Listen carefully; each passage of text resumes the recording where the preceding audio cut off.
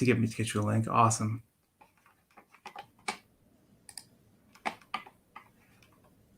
All right. We should be live. Welcome back, ladies and gentlemen, to Argos Anonymous. I am Argos. We have special guests here on the channel today, Mr. Michael Waddell of MetaZoo Games. Well, hello. Do you mind sending me the link just so I can share it with the community? Yeah, totally. So, Argos, first question for you. How long have you been an employee of MetaZoo?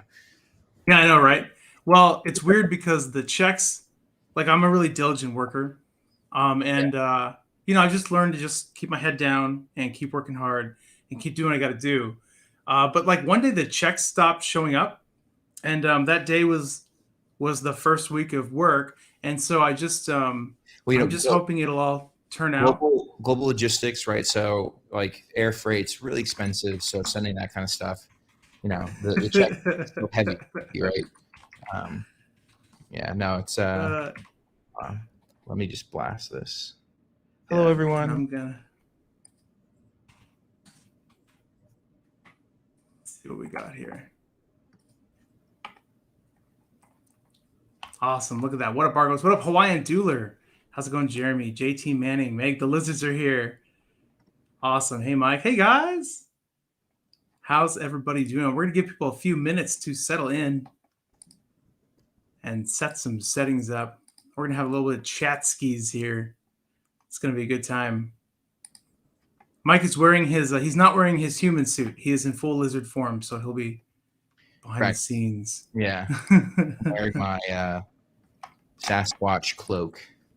That's right. It's good. It's good. Got to keep things real. Yeah. Awesome. I hope everybody's having a fantastic evening. I know we're all cracking a lot of... Sorry about that. That's okay. Lead me to the mothership, MetaZoo Crew says. We're going to show that. Boom.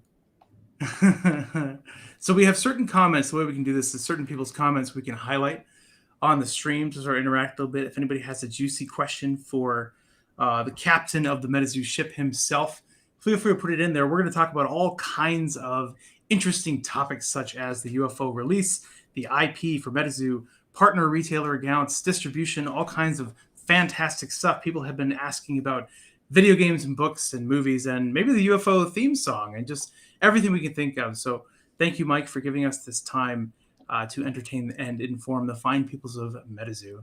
Yeah, my pleasure. Thank you for having me. It's been a while, right? I think the last time we did an interview was like last fall, I want to say. Yeah. That's too long.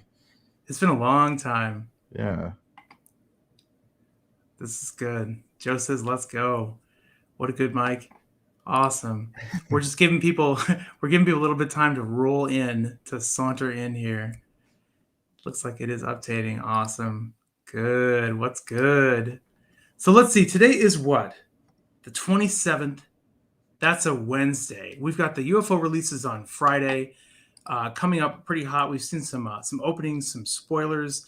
It's pretty exciting things. I think we've been talking about the card quality and the holos. I would love to kick it off. It seems like the most pressing thing is UFO. Maybe what we could talk about is, the process of evolution of the cardstock and the holofoil is really interesting to me as like a dedicated cardboard nerd.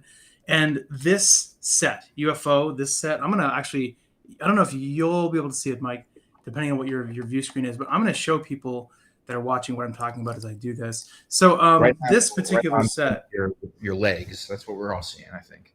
The leg camera. The leg camera, nice, good. The hairy leg cam. Yeah. But the UFO set has, like, in my opinion, just ridiculous holofoil. We saw it or something similar to it in the eBay Wilderness set, and it's a next level up. And I feel like I've noticed subtle differences in cardstock and foiling throughout all the different releases, or most of them. What is your process for evolving the technology and the game and all that as you go? So it's interesting, right? A lot of it. So I'm of the opinion that we don't need to have an explosion of rarity type, right? And people keep asking for, textured cards and all this other stuff. And for me, it's like there's tech that hasn't been discovered yet in a basic hollow, right? And what I've always said is, I don't want the hollow foil chases to ever lose their magic, right? They should always be the thing that people fall in love with, not like in some other modern TCGs where like people literally throw away the hollow foils, and that to me is like it's a loss of the magic, it's a loss of the culture. And so, what does it mean if you have like a single type of rarity, hollow foil, and you're like, I really want to push that tech to the limits, right? And so, first you make it so that every set has a unique hollow foil design, right? Like we add things to the hollow foil designs. Very cool. But like, okay, well, what can you do then to the underlying hollow in order to make it shinier, right? So, okay, well, maybe instead of one hollow foil layer, you do two. And then maybe you do a certain type of acid wash. And then maybe you add parallax to the hollow, which I think will be the next step, where you emboss it, right? Because a lot of this stuff is actually it's an embossing plate that passes over an aluminum substrate, right? And you can emboss it at different length or depths. And what that means is, and so the reason why you see that hollow foil is because the design is actually like that's actually etched into the card, right?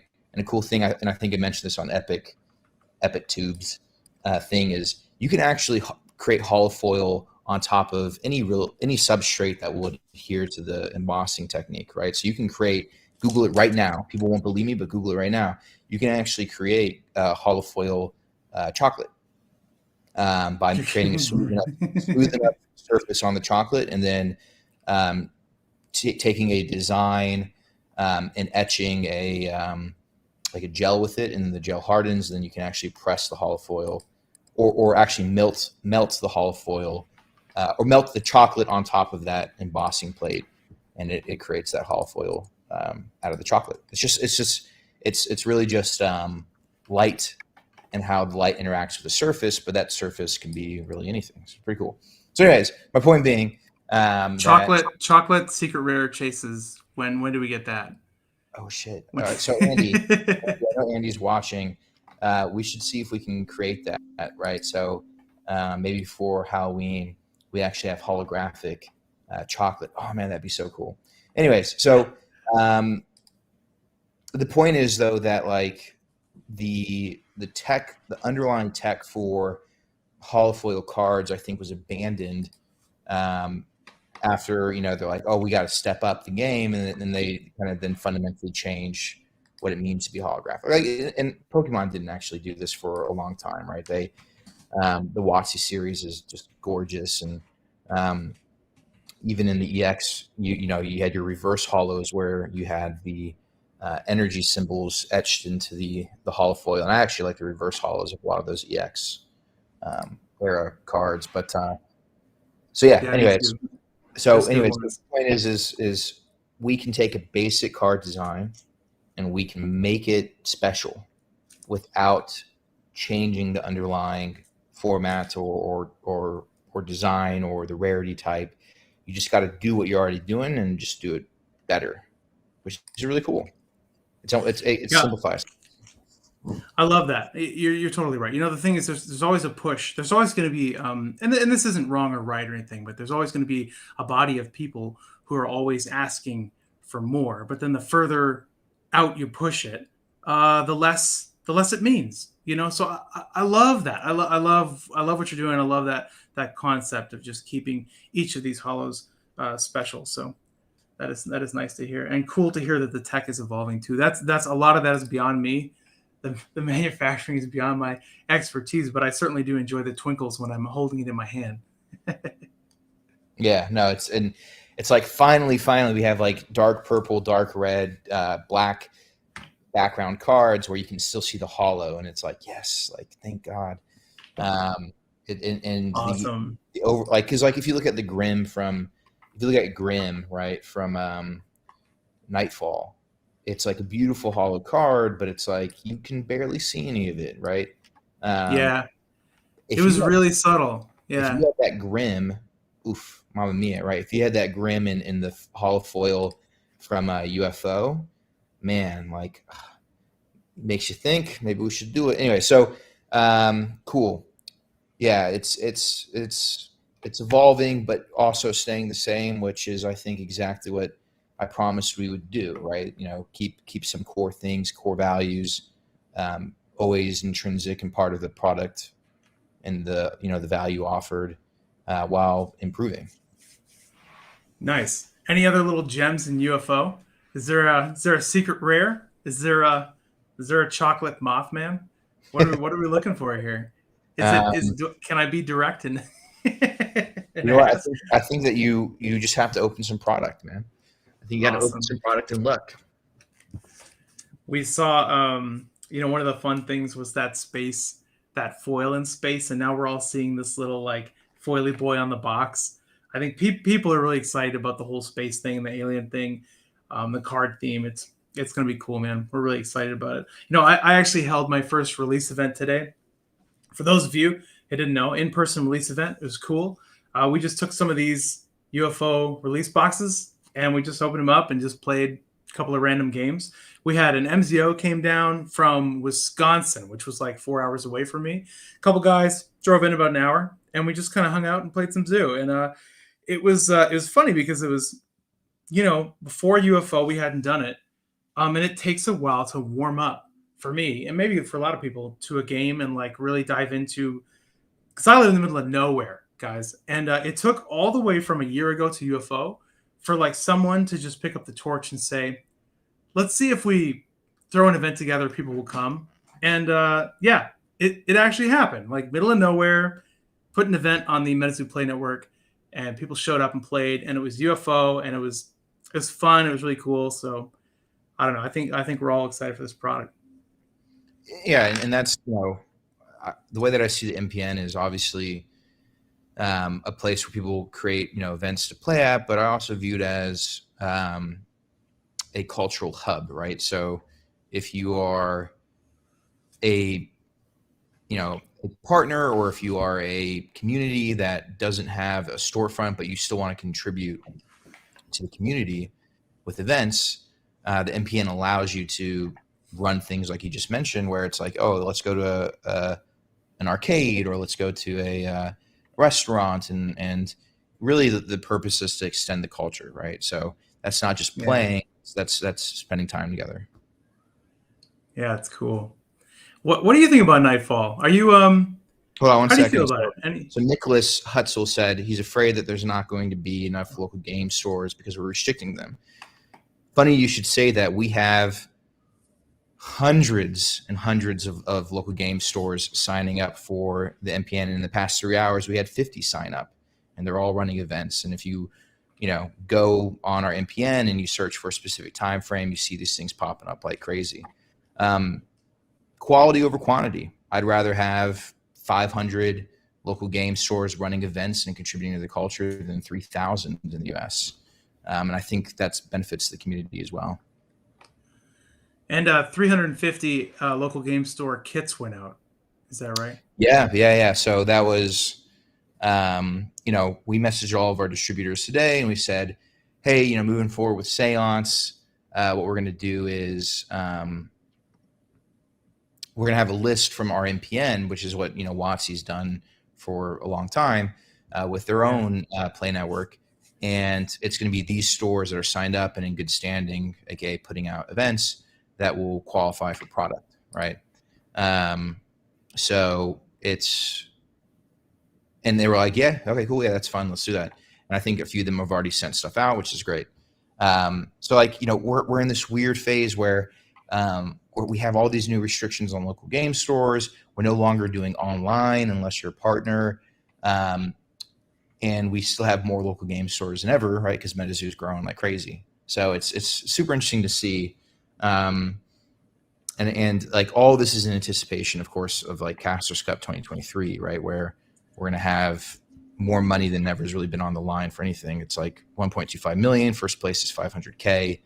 Like people are going to be breaking down the doors of their local game stores to get this stuff. That's the thing. And case in point, guys, like I wasn't running events before. I loved MetaZoo. I wasn't running events, and then when I saw all the new requirements coming up, like, yeah, I had to learn a couple things, and I had to sign up for the Play Network and learn how to do that. And I had to do a little bit of planning, not a whole lot, to be honest. And I ran an event, and it was fun, and I liked it, but I probably only got that final push to do it because we had to. And now that I've done it, it was easy and it worked, and I'm happy that we did.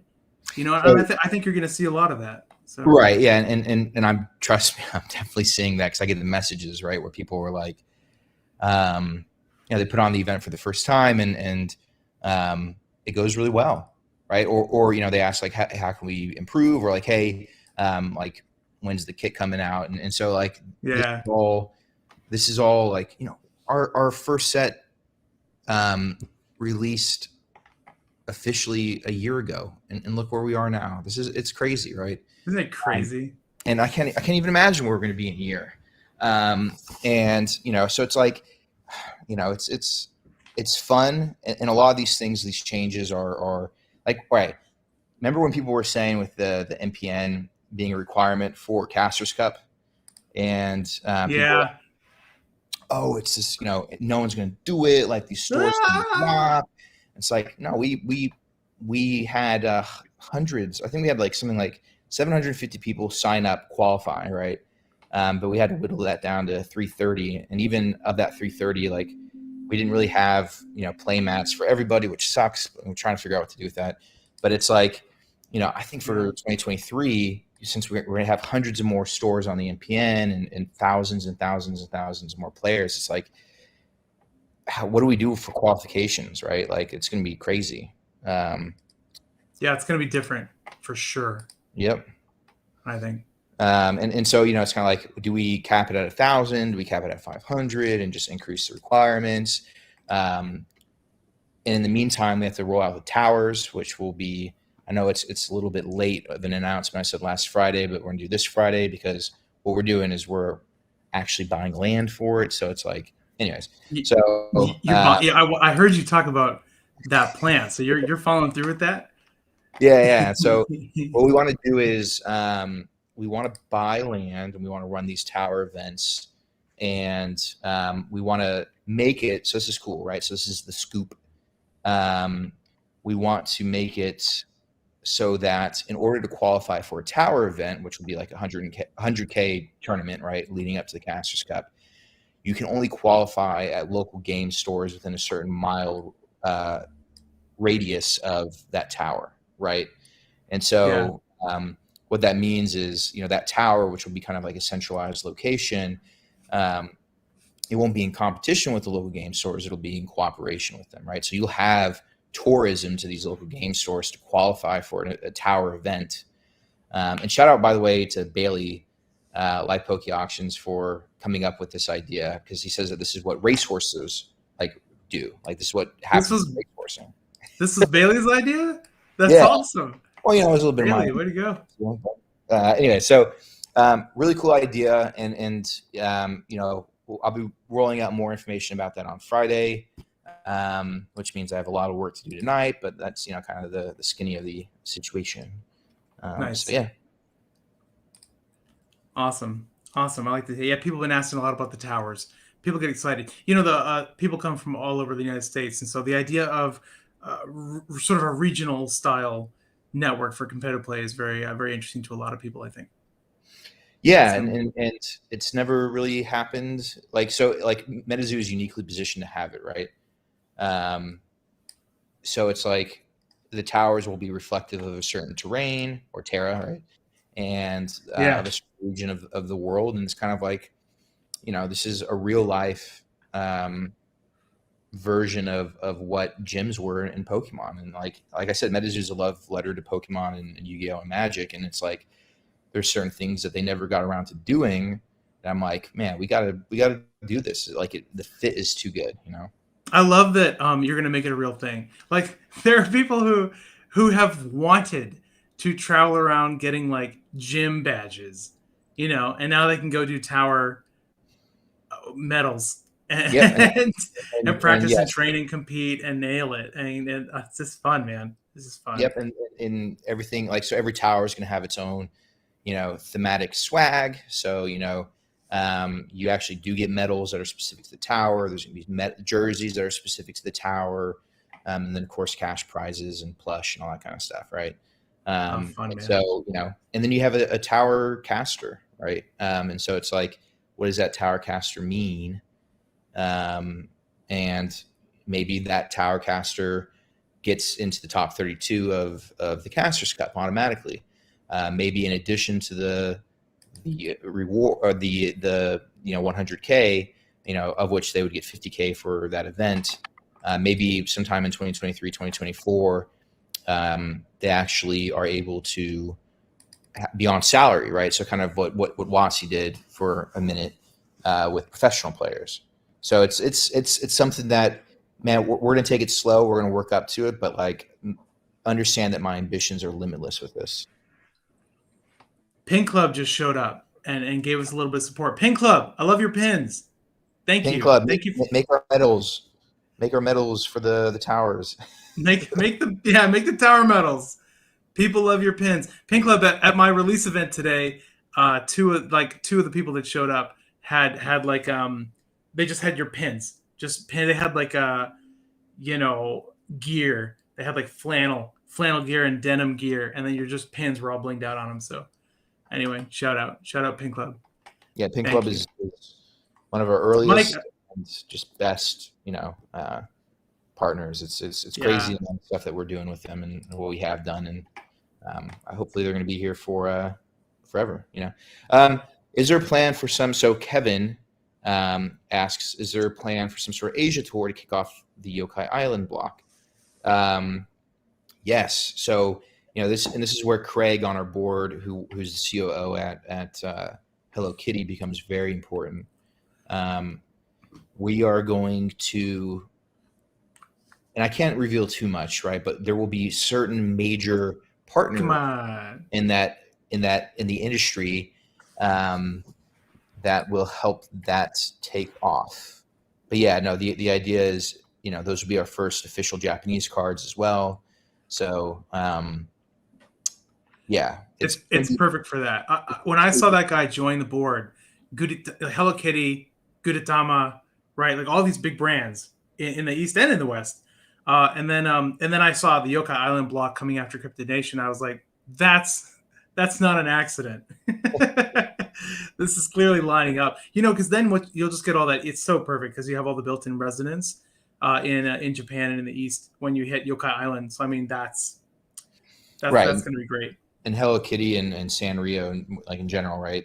They're titans of the industry, right? And it's if we're going to be, as big as we want to be, like we have to create these high pedigree connections, and making them is the first step, obviously, but then following through and properly utilizing them is, that's the most important part. Yeah, for sure, man. Speaking of expansion and evolution and progression, there was a pretty big announcement that I felt was pretty big. Quick question, just so we can get ahead of it. Sure. Nick, strength and power. Second Kickstarter, that stuff is all being shipped to our warehouses right now, and then the kitting will happen towards the end of this week, over the weekend, and next week, and then we're just going to start blasting that stuff out, hopefully by early to mid next week.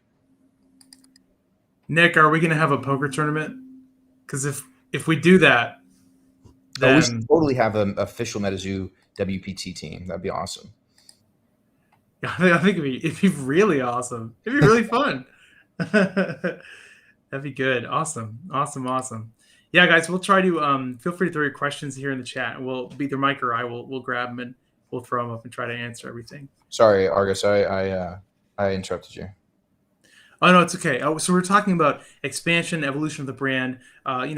Putting it out there, going into Yokai, new blocks and stuff. But a pretty big announcement came in not too long ago. An announcement that I thought was really meaningful was the WME announcement for an IP agency. And I'm gonna be honest, WME is one of these companies where a lot of people, probably myself included, weren't too familiar with it. And I think it's because it's so big that what you know are the subsidiaries, right? Like you, the companies you recognize are all the things WME owns, right? And the people that they represent. So when I looked this up, and I'll just throw this up on the screen here, WME is this agency that represents, like, Tom Clancy, a ton of famous authors, well-known comedians, cooks, Mr. Bean. journalists, Mr. Bean. I mean, I'm pretty sure I'm looking at a picture of Charlize Theron, like actresses, music, sports, speakers, television, theater, voiceovers, video game production, all kinds of stuff. So the last update that you gave us was sometime in August. The Cryptid Nation, I think it was the book, like the final book, and some of the IP was being pushed out for editing or something, and that might sort of shape some further development in some other IP areas. Could you elaborate a little bit on the WME thing and what's to come from that? Right. So, we've been doing it. What I've been working on for the past 2 years, right, is kind of what I would call like patchwork partnerships, right? Where I reach out to, a company, or they reach out to me, and we form a partnership, right? But there is an easier path where for an IP with, instead of maybe the 36 verticals that we've fleshed out, there are hundreds, right? So a company like WME or the ones that are like it allow for that, because when you hop on a call with them, they have like 30 people online, and there's like somebody that specializes in creating like AR TikTok filters that are specific to like MetaZoo characters, right? Like, you're like, oh wow, like what did you go to school for? But it's like, anything that you could possibly think of that these companies can do. And it's not just a book, it's not just a video game, it's not just a show. It's the craziest thing that you could possibly imagine. These companies do it, and it's all siloed in one company with one direction, and that needs to be the next step in our evolution, especially when we release this IP, because I can't realistically field a team or do it myself that deals with hundreds of partnerships. It needs to be. I mean, look, Pokemon back in the day had toothpaste, right? Colgate toothpaste. There wasn't. Oh yeah. The creator of Pokemon was on a phone call with Colgate, right? Like they delegated this stuff, and so a company like WME, what they allow us to do is they have industry connections everywhere, right? So if I wanted to do a Twitch branded box, well, how do we get in contact with Twitch? Well, you can go through different channels. You can message support and then hope to God that somebody knows what MetaZoo is. Or, there's somebody on a team that. Did you mean Medicu? What, sorry? Yeah. Did you mean Medicu? Yeah. Somebody on a team somewhere that is like, yeah, I know the, someone at the executive level. It's one phone call away. Let's set up a call, right? So agents, right? And I need that for the IP. Because 100%. I could publish the book using our current channels, and we'd sell 100,000 copies, but it wouldn't make the New York bestseller list, right? New York Times bestseller list. They have like certain requirements. Even though that would be the best-selling book that month, let's say, they wouldn't give two shits about it. In fact, they'd be insulted that we didn't go through the official channels, right? So it's almost like it's time for us to grow up a little bit, if that makes sense. Yeah, for sure. No, these are industry leaders who know all the boxes to check, all the T's to cross, the I's to dot. Or they know someone that does. or they know someone who does. Yeah. Yeah. That's funny. So I work in the health industry, right? And every now and then we have what's called a joint commission inspection, where an expert who knows everything about everything you're supposed to know shows up and asks you questions, right? And what everyone is trained to do is you try to know as much as you can know, but not everyone can know everything. And so apparently an acceptable answer is to just know the person who knows.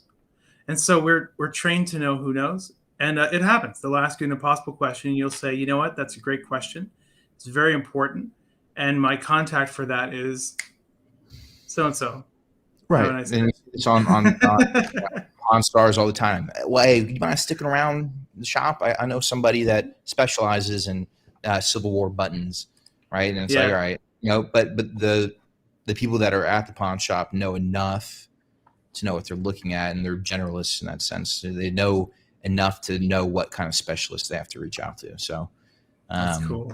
Yeah. So I mean, look, the book is going to be published through official channels. I'm insisting on that.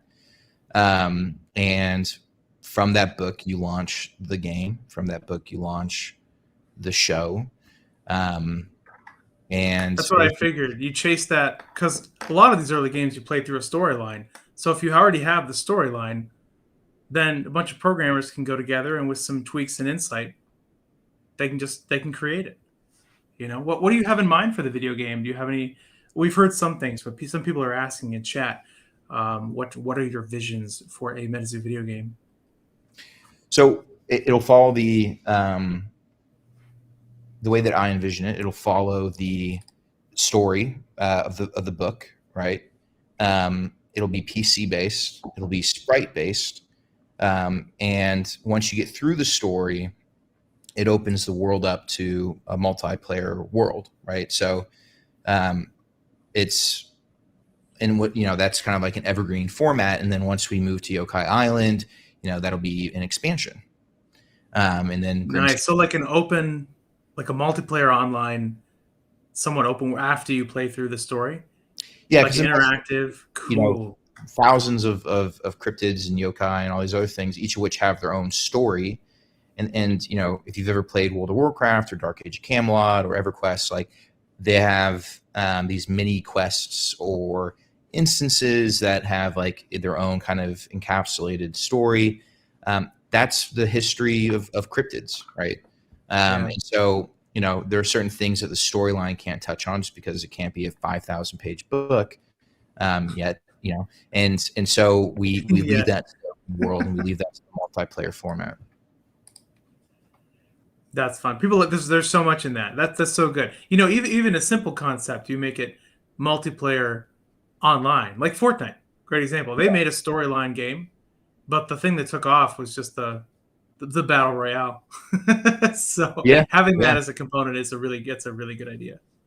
And the doing it sprite based, I think, is true to the brand and the IP, right? Like what people expect.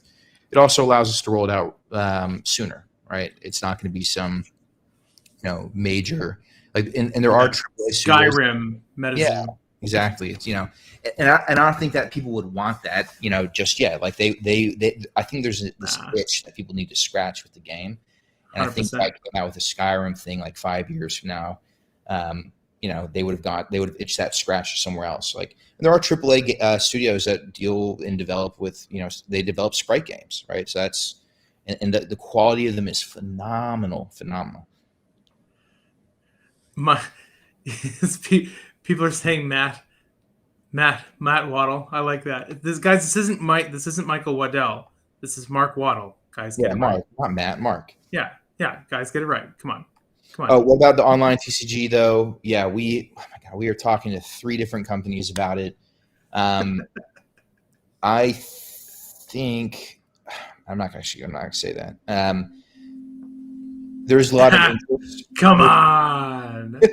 There's a lot of interest. Rhymes with.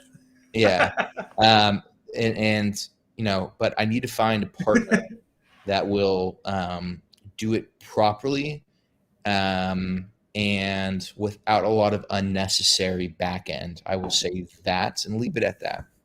Oh, yeah. Yeah, you gotta find. Yeah, that makes sense. The right person. Yeah, sometimes too much back end is a bad thing. Yeah, sometimes a little too much in the back. Yeah, you can get in the way. It's just you don't want to have to. Yeah, it's too much. Yeah. That's fun.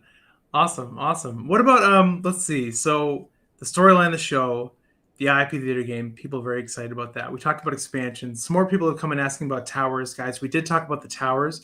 If you're coming in late, then when we're done, just go back to the beginning and catch up a little bit. Online TCG, people are curious about that. Let's see. Joker's favorite tease.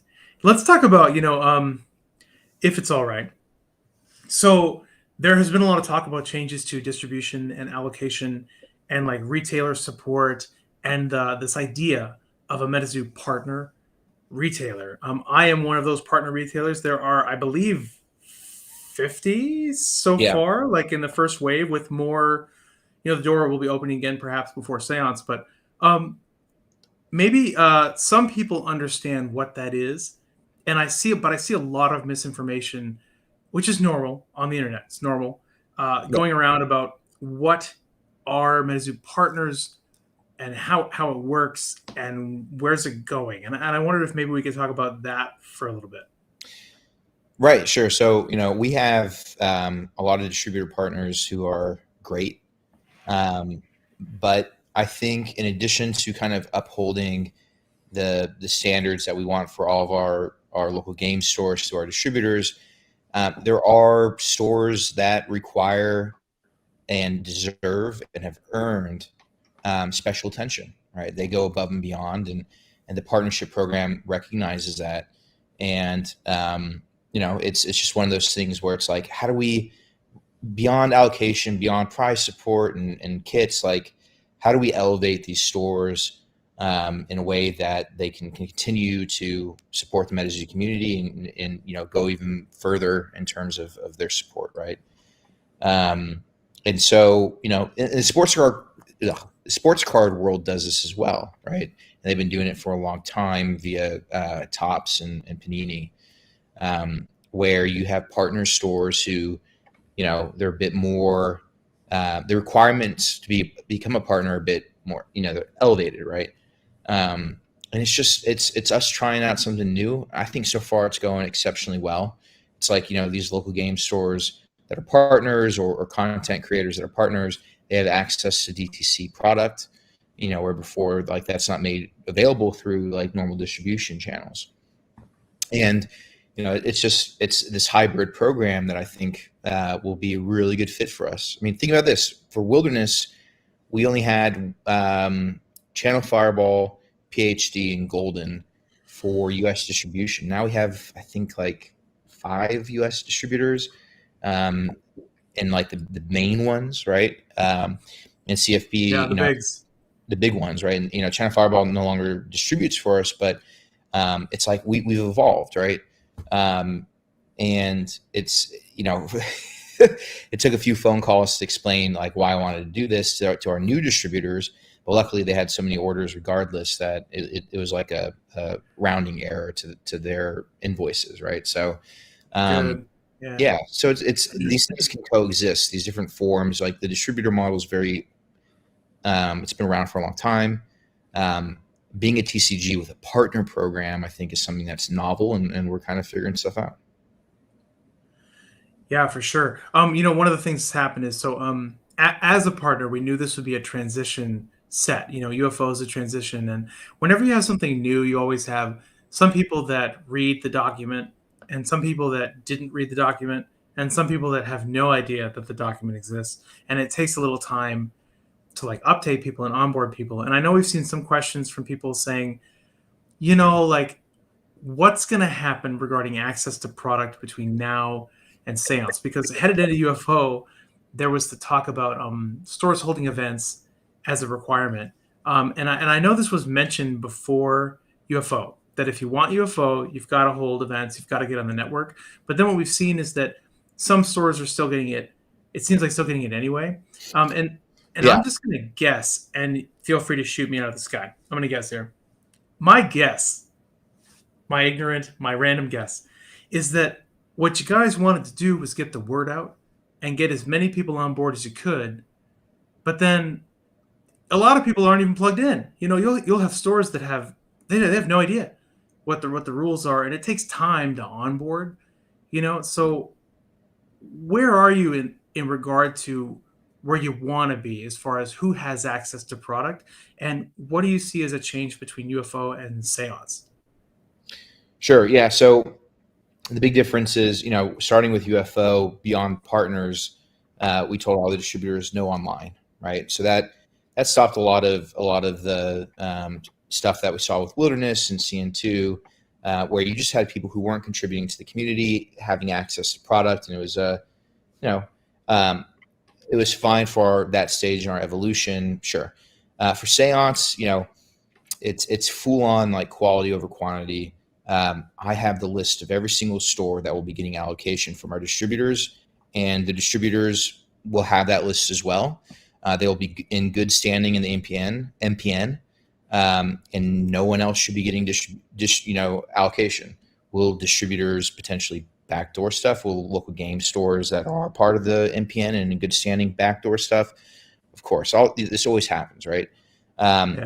When we find that out, will we swiftly ban them and make sure that no product ever goes to them? Yes. I mean, like the fallback for all of this, if necessary, is a much larger and extensive partnership program, where we have the highest standards possible for people who hold our product, and there's no shame in that. And there's no it's 2022 and it's going to be 2023 very soon.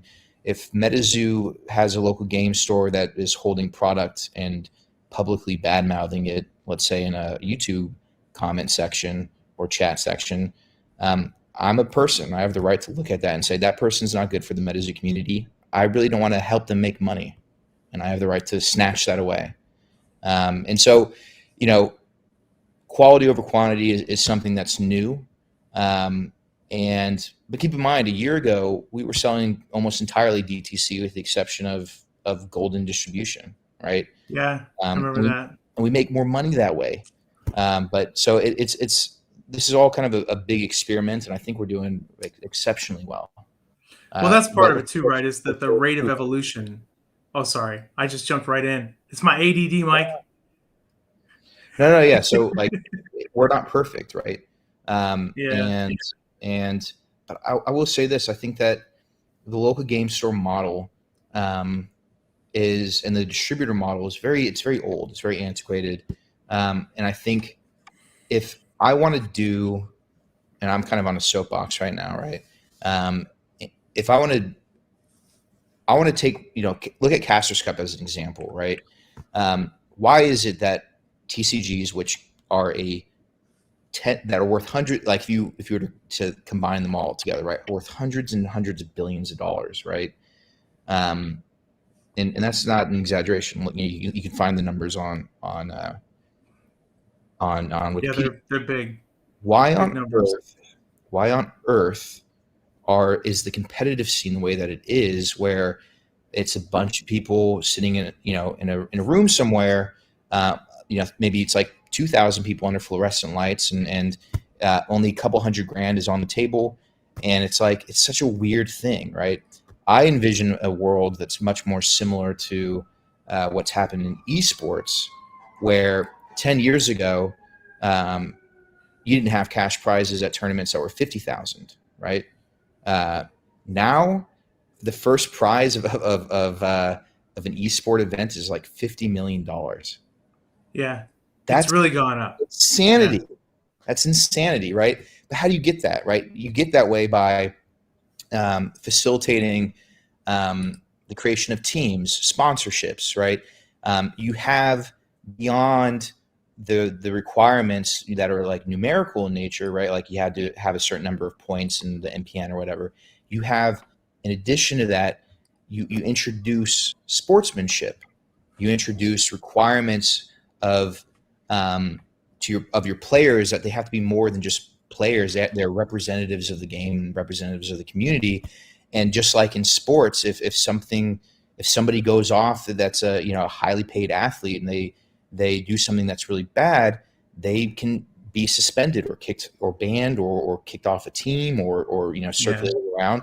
And you need that in order to turn the competitive side of a TCG into a multi something that's worth tens and tens of millions of dollars, right? Because the only way that you have a cash prize of $50 million for esports is if it's a revenue share from a much larger purse, right? Yeah, bigger ecosystem for sure. And nobody is going to be handing over to some event tens of millions of dollars if one of the players is going on Twitter, for instance, and just lambasting one of the sponsors, right? Like that doesn't happen, right? And if it does, it's shut down very quickly because everyone wants to play in a non-toxic environment.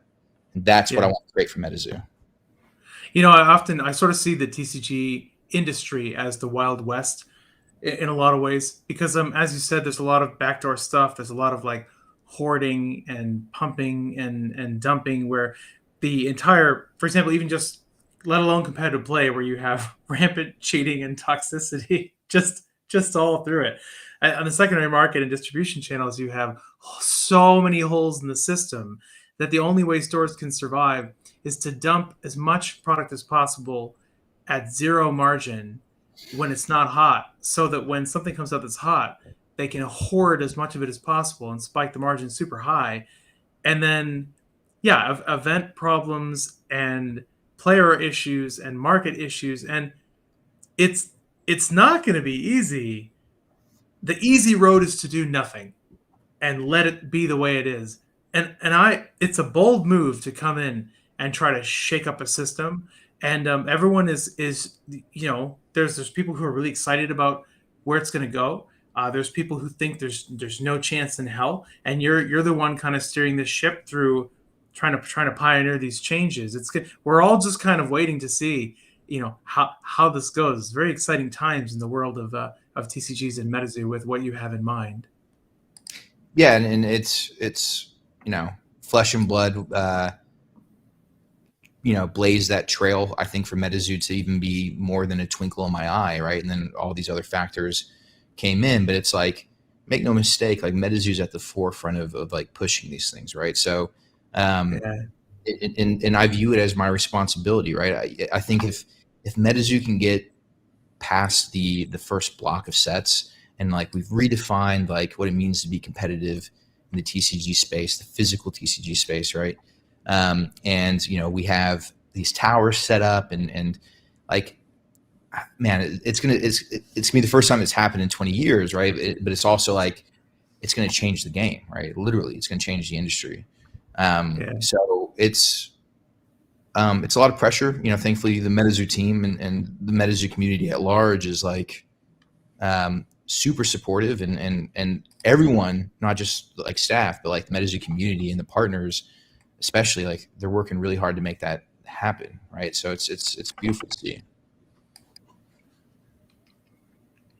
That's awesome. Yeah, that's gonna be good. It's gonna be big times. Are we gonna which tower is the Argos Tower? Is that one in? It's gonna be the really, really small one. It's gonna be like, God damn it! It's gonna be very, very small. Sizes and everything, you barely can see it. Sorry, Argus. So someone said, so Tyler Hilliard said, will MetaZoo try to screen sponsors in any way, or work with anyone who pays up? Of course not, right? So we're gonna be very, very discerning, and we can be, right? So much like anything else, right? If you have something that's in demand, so we'll have like an official card grader, right? That's going to be there, and they'll be the only card grader that's in the event. And so you can imagine that there have been various card graders that will reach out to us and have been reaching out to us about being that official sponsor.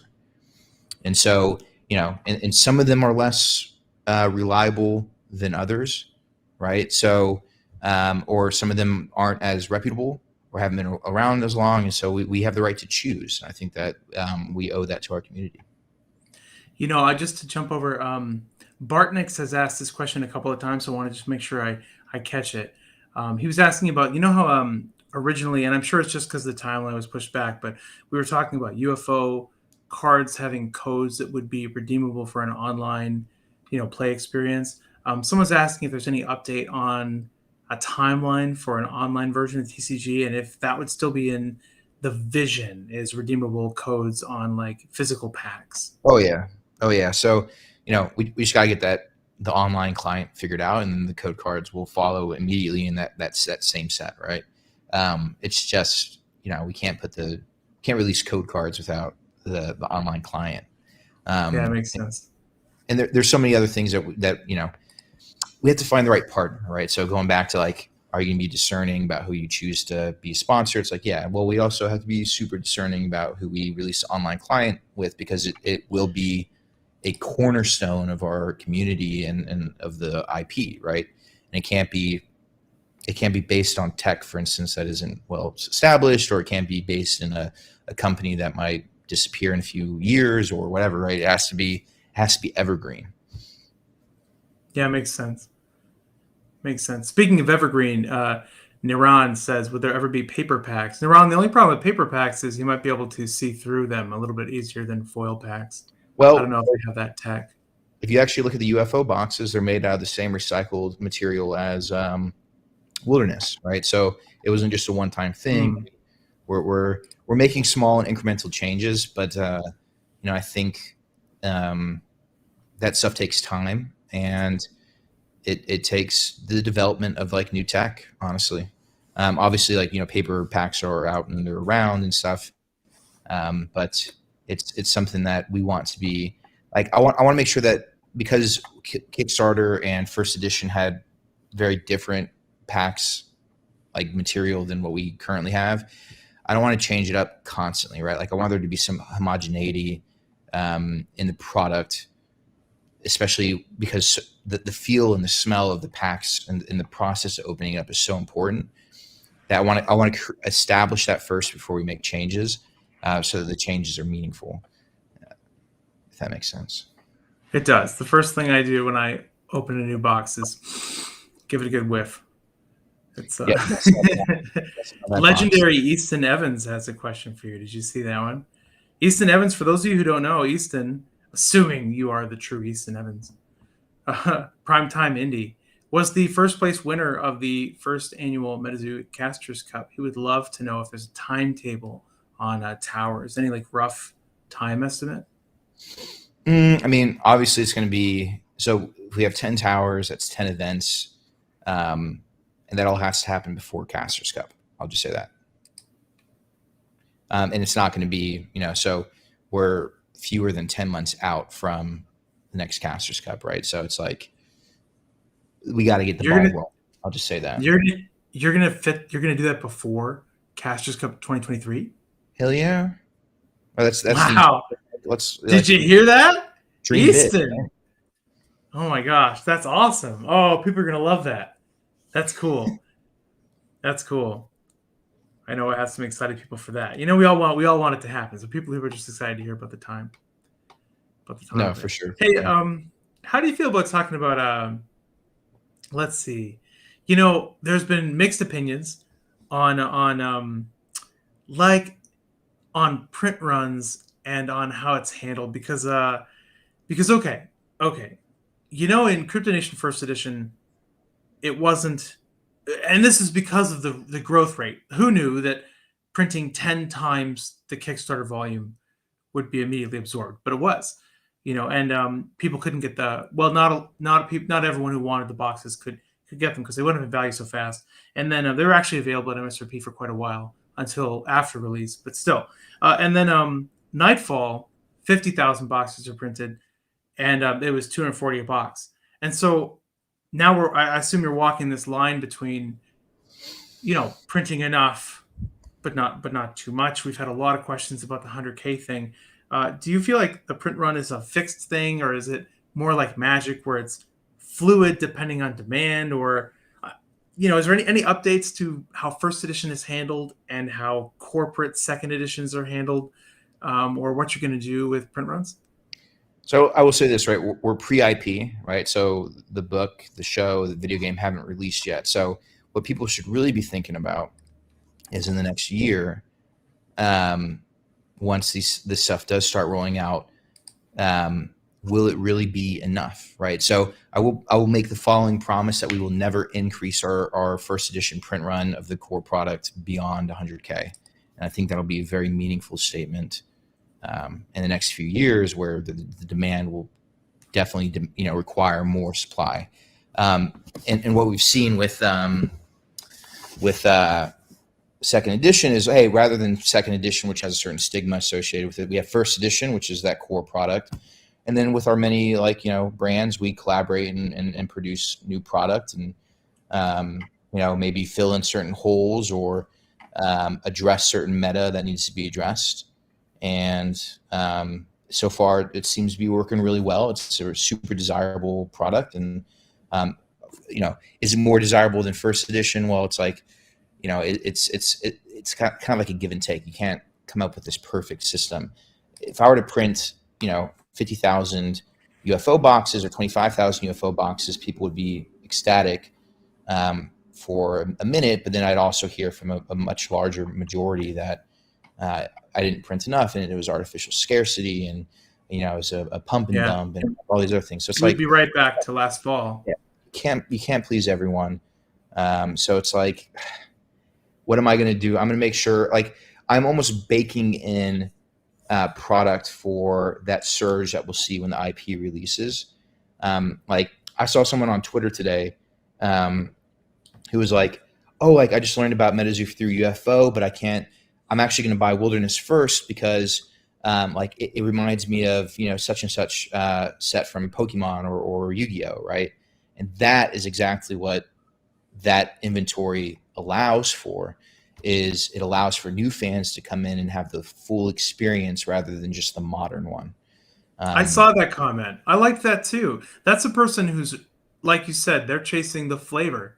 Like they want that experience. They're going to start there and move forward. That was a really cool comment. Yeah, and then we can release 2,000 skateboards and it sells out in 9 minutes when it's limited to one per person, and so like that fever is still there. We just have to kind of grow up to the point where it's like the core product is the core product. It's meant to be available, and then you have the collectible product. And Yu-Gi-Oh does this very well, right? Yu-Gi-Oh, they overprint everything that's core, right? They way overprint it, and then they have like hot collectible items that come out, and that satiates the fans in a way that clearly demand is still there. Obviously, you have people who are bickering, but it's like Argos, people were complaining about the print run, the 100K, and the fact that you have to hold MSRP. How did your bundles do? They did really well. So there was like, right? Like, I got some. I've had a little bit of heat lately for a lot of random things, and there's a lot of interesting misinformation going around. But no, was I wondering how it was going to do? Yeah, of course I was. But I wonder all the time, every time I'm running a sale. So I ran my UFO sale, and it was the largest website traffic day I've had ever.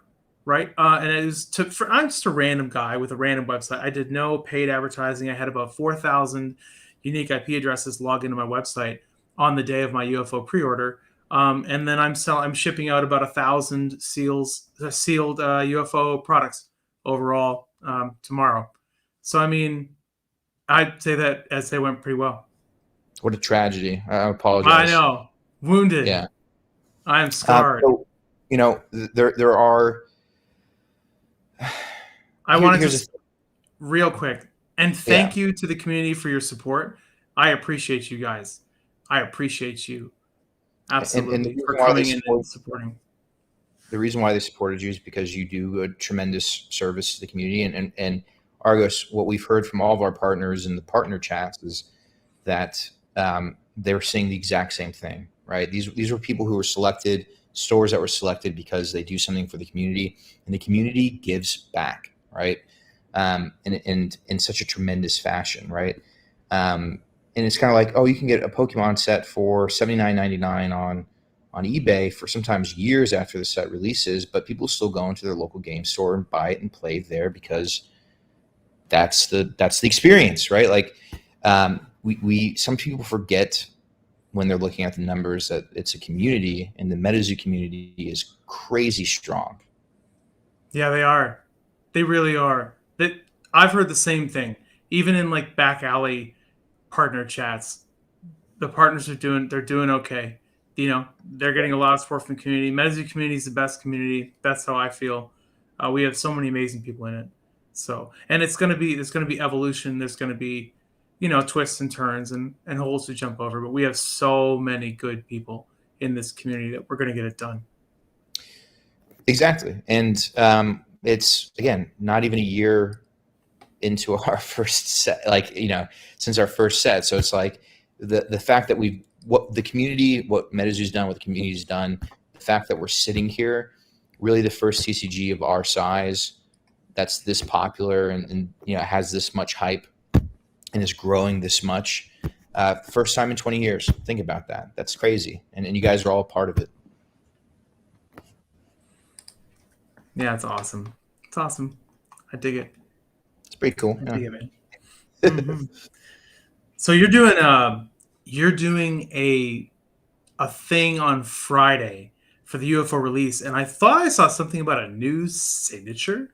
Have you like revealed what this is going to be, or is this like yet to be disclosed? I'm still figuring it out. I'm thinking like a crop circle. How Um, often are you gonna change it? Just keep it fresh. just because our reps at PSA and the other grading companies love me so much, I'm thinking I'm going to change it for every set.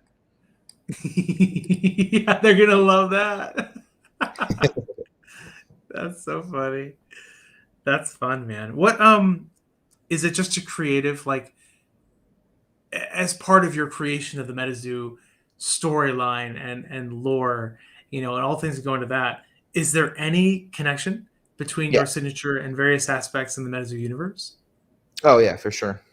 Because I thought I saw in UFO, I don't think I have the card here, unfortunately, but I could have sworn your signature looks really similar to the horns on that like white stag. Yeah. So art often, reflects nature, right? Um, Yeah, so it's just one of those like these cryptids are real and they're out there. So maybe I just felt inspired. that's cool. That's fun. Yeah, JT says previous is a stag. Yeah, yeah, yeah, yeah. That's fun. Awesome. Look at this stream. Nice job, Chad. Hey guys, thanks so much for showing up. This is great. Look at you guys represent. When we talked about the strength of the MetaZoo community, we had a ton of people chiming in, cheering each other on. It's so good. It's really good to see it. I love seeing this stuff. And you should support our partners and the local game stores that are following the rules and looking out for the community, right? There are always going to be those eBay listings. There's always going to be people who backdoor product and as a result, there are always going to be people who complain on, the Facebook groups and the Discord channels about being, scammed, right? It's like, this is an unfortunate reality of our industry, right? The larger TCG or just collectibles universe, right? And so like we're really trying our best here at MetaZoo to take care of you all, especially as we grow. It's like it's hard, but like I think we're doing a good job.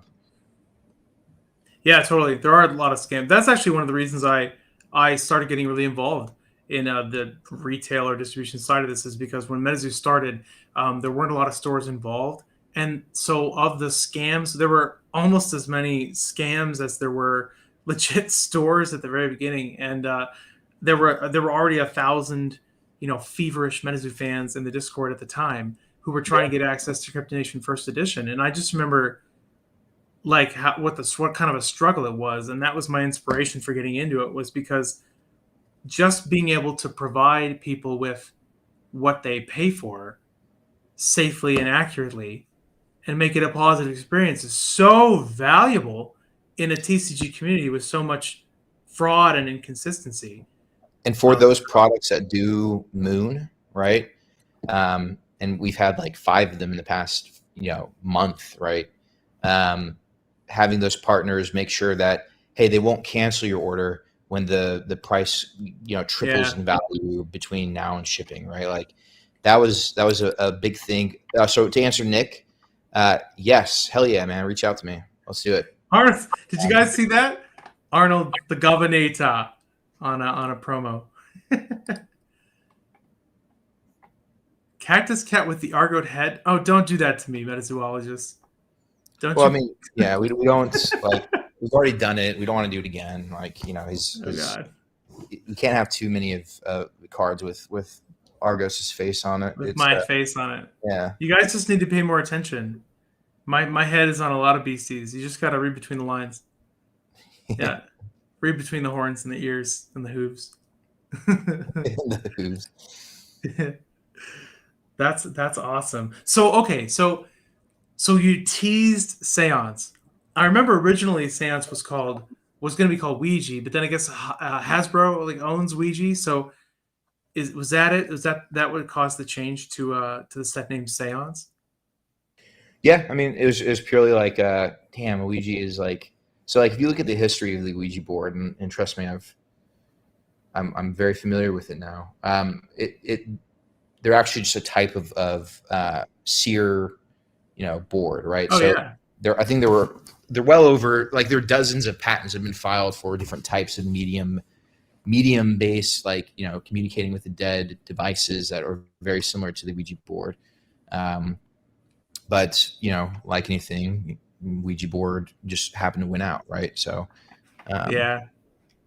but for us, we can't say Ouija or whatever, and we can't have Ouija board on the booster box, but we can have a full-fledged version of our own on the booster box in case you want to, like, I don't know, unfold it and use it to communicate with some spiritual beasties.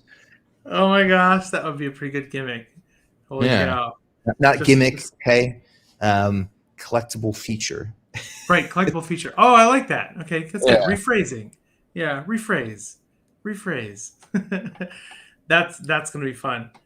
That's gonna be fun. So we have, what do we have? We have Ouija is the fall set after your So fall, and then, or sorry, yeah, yeah. So seance, and then, sorry, Hasbro.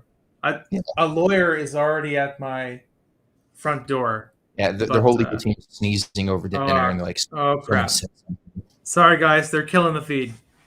No, Yeah. so, and then we have what we have, native in the spring, and then war in the summer of 2024. Is that still the lineup? Yeah, so Seance, Native, War, okay, Cool. and then there's going to be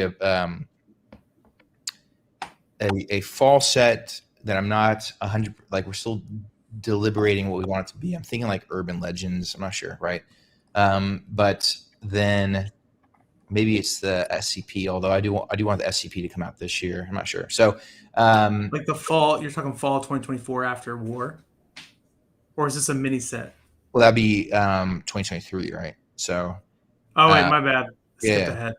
no, that's okay. And then spring 2024 would be Seven Seas, and then Yokai Island base set would be summer 2024. So 2 years from Oh, now. interesting. Okay. Wow. So I knew that's great to know, because I knew the native set was added at some point. So you're talking about adding a before the Seven Seas, but after war is another set. Is that going to be a set like the Seven Seas, a transition set, or is it going to be another set in Cryptid Nation?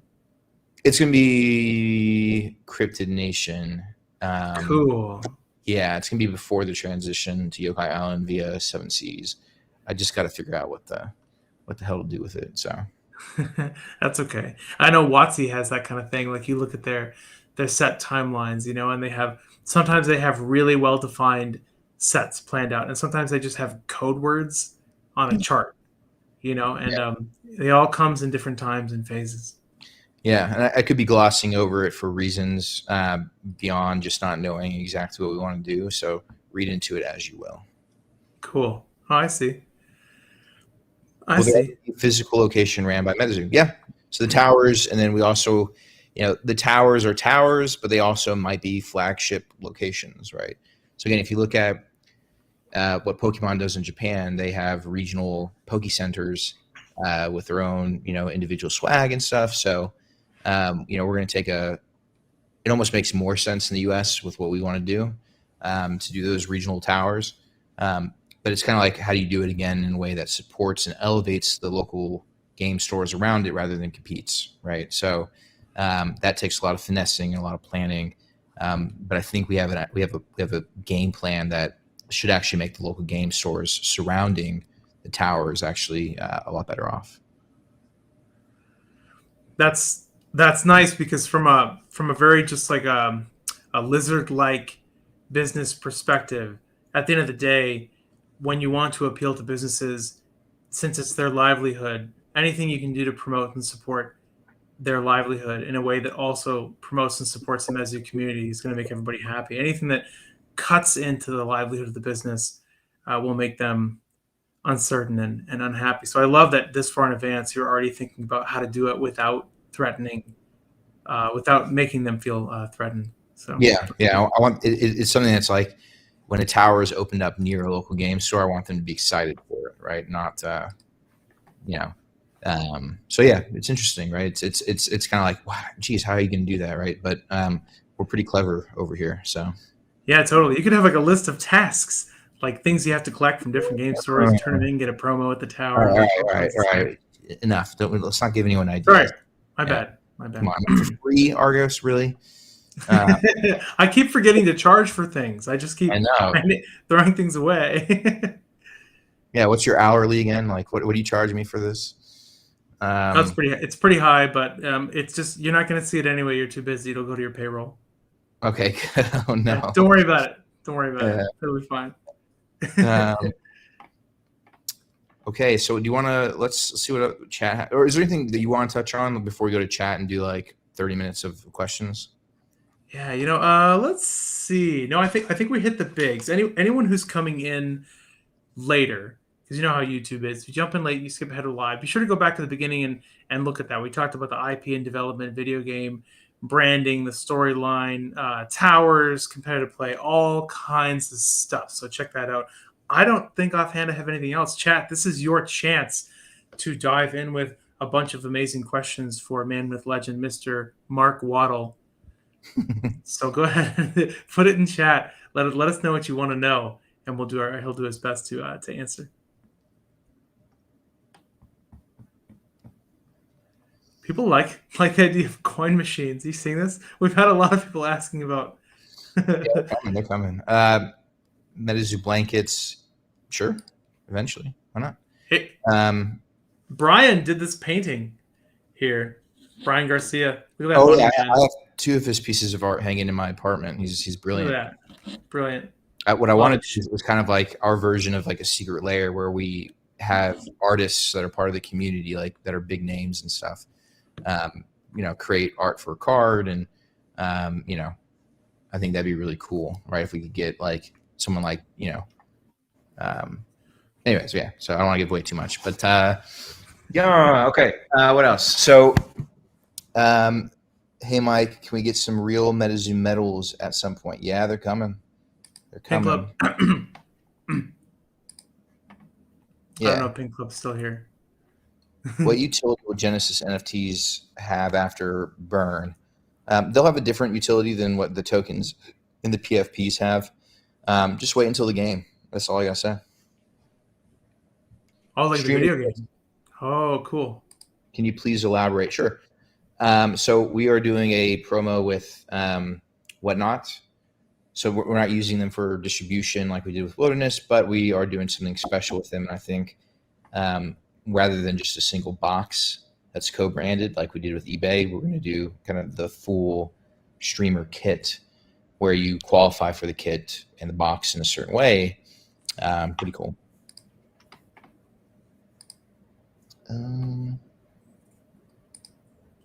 Do I have a black cat sample that I will trade you? I like that they want the trade. Oh, you know what, man? That's Shoot your fun. shot. Yeah. Shoot your shot. Hey, if you don't ask, you can't say yes. It's worth a shot. How's the fan art contest progressing? So I need to get past Roswell. I have to get my week. This week is like so crazy. Well, every week is crazy, but like I need to be able to sit down with the art and really appreciate it. And I feel like if I were to try and cram it in before Roswell, I'd miss a lot of nuances that make a piece special. Nice. Canadian or other? Sorry, I deserve an Oscar. No, thank you, Nate. I appreciate that. I will await my Oscar. I might be waiting for a while.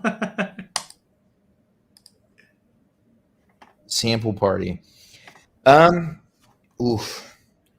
It's really good in theory. I think, the issue is security, honestly. Yeah. Tips to reach that partnership goal. So we actually have a really detailed list of what it requires, like what's required of a partner, right? So in order to maintain a partnership, to qualify for a partnership, it's one of those things where if you are a major contributor to the community, there's like no question that you'd be a partner, if that makes sense. Like you want to get to that level where just the gut feeling that you deserve to be a partner, that you qualify for a partnership is like everyone knows it. So, hey there, Bogart said, "Why do you do the 4th of July stream with that Twitch guy? He didn't seem to know anything about MetaZoo." People are still learning about MetaZoo, including big streamers like Ham. It's a learning process, and I think as a community we need to be welcoming to them rather than question why they're engaging with the community.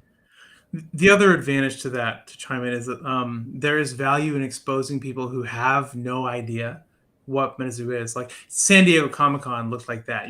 Because San Diego Comic Con was booked out like a couple of years ago, right? Yeah. Most people who bought tickets would have no idea what MetaZoo was unless they happened to learn over the last year. So it would be a different environment. So you go to a random streamer and they have their own fan base who see MetaZoo for the first time and tune in for it. So Yeah, and so like 90% of the people who were at Comic Con in our lines were introduced to MetaZoo for the first time at Comic Con, but we still had the longest lines at San Diego Comic Con, which is crazy. It goes to show you just how like not evergreen, but how infectious MetaZoo is as like a core concept, even when you throw it into a pit in group of like new people, which is pretty cool.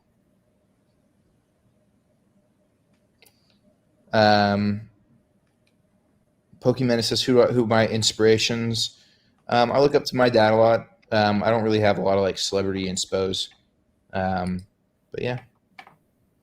Canada showing you plenty of love. We actually have a Canadian promo box coming your way to Walmart. Steve Aoki, I think he's like in Tomorrowland right now, DJing. do you ever get into any like crazy DJ parties? I feel like Yeah. yeah. Yeah. I try to avoid them though because the recovery time, Oh yeah. it's too long. You've got things you got to do. You gotta. Yeah. Is this Smokey the Bear promo solo Target exclusive? Yeah. Valentine's and Wilderness airdrops, working our way through it. We got to treat Genesis properly first, I think. Do I ever think about those old Twitch streams? Yeah, I think about my double chin and shaved head and the sweater that fell apart after 2 weeks.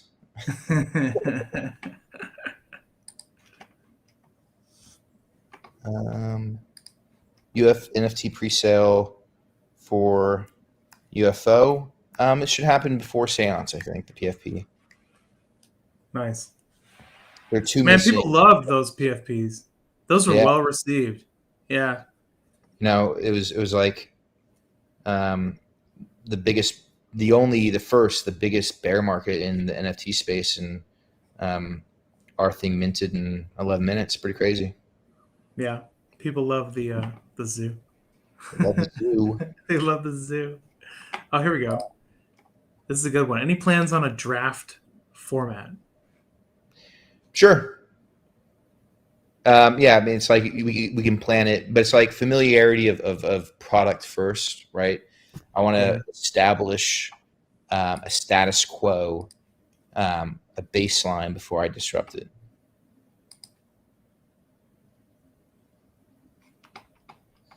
How do I taking time for myself and keeping my mental health good? I'm one of those rare, I guess, gluttons for punishment when it comes to hard work. I am my happiest when I'm doing stuff that I love, even if it is work. So for MetaZoo, it's like I don't view it as work. Seeing the community sometimes be toxic to itself, that's the stuff that strains on me. But focusing on MetaZoo day and night, I live and breathe it. I love it.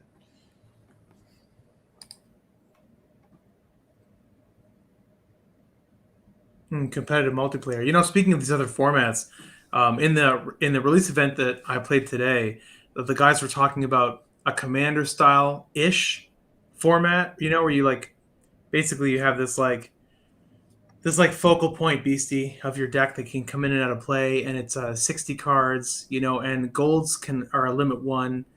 People are definitely experimenting with a lot of different formats of play. It's really fun to fun to see. It reminds me of like ancient Magic, where you have like regional formats that other people don't even know about yet because it's just not being publicized enough. Yeah. So Commander format sounds really cool, and that's all I'll say about that. Some people are calling it zoo. There's like a zookeeper format. It's like a multiplayer Commander-esque. Anyway, it's not exactly the same, but it's cool. There we go. Zookeeper. Boop. Wait. Boop. Oh, so Aaron Torres said, so no answer for people that were banned, just going to be left in the dark. Reach out to support. I think there's an appeal process for those who've been banned. Usually the mods have a good reason though, especially if you're being rude or something like that. But yeah, definitely reach out to them. They'll take care of you. MetaZoo X EDC. Man, okay, so that'd be cool, right? So, and Steve and I have talked about doing something like a treasure hunt at these big raves that he plays at, where maybe there'll be Hero Quest cards. I think that'd be pretty cool, like a mini set that you can only get if you go to these like raves and stuff. You're telling me I have an excuse to go to a rave? Yeah, honey, I got to do this. It's a work thing. It's like, why are you covered in glitter and body butter? Yeah, body butter glitter. Yeah. Well, there was a promo, but I had to crawl through the sand pit, the glitter pit, to get to it, and met a rave. What could possibly go wrong? I like this. Yeah, no, it's an automatic winner. No, but I'm serious. Like, we're gonna do something like that. It's gonna be cool. That's awesome. I love the Hero Quest set. The dystopian sci-fi future with like the Mecha Hodag, the zombie Mothman. I love it. I don't collect all the sets just because I'm so busy. And that one I saw that, and I want the whole thing. I want it in a binder. Hey, do we have any like inside track on? Is it like all hollow, part hollow, hollow and non-hollow, hollow and reverse hollow? Can we have any like insight into what to expect for Hero Quest? I don't want to reveal anything without first talking to my partners. Okay, fair. Okay. Yeah, they're coming out like super fast. Yeah. A lot of people are excited for that. Bard next, when are they coming out? And the website on Aoki's or Dimag website, it said the CD might be dropping in September or something. So maybe it's around then. They've arrived stateside and they're being kitted by Billboard right now. But they had to, in order for it to release in September, they had to have, or August, whatever it is, they had to have it in hand now. So that's where we are right now. Cool. Do I think that Seance will scare soccer moms and keep kids away from the game? I think that when kids are told to keep away from a game because of scary stuff, that rarely works, in my opinion. And soccer moms want to say, hey, don't buy that Seance set, or don't collect that Seance set. It has spooky cards in it. I don't think it'll have that much of an impact on sales. But they're welcome to want it. They're welcome to write news stations about it. I think that'd be great if they want to help us with publicity. Yeah, Landon says the Harry Potter effect. Yeah, that worked. Harry Potter? I've never heard of it. Yeah, sounds like Blacklist. Yeah. Blacklist. Bad book. Ban it. Yeah. Yeah, it's publicity in a lot of ways. It's just publicity, especially if you have a good product. You're always going to have a few people that make an incredible amount of noise, and sometimes we mistakenly think that the majority of the noise represents the majority of opinion, but that's not always true. You have to look at the data. And so if you have a couple angry soccer moms making a lot of noise, you'll probably just have a lot of other people go, hey, what's that? So yeah, and I'm sure it will be a real turnoff to the kids to have their parents try and keep something away from them. Well, my mom says I shouldn't, so I guess I'll just leave it alone. You know what? That worked wonders with Mortal Kombat. No kids. Yeah.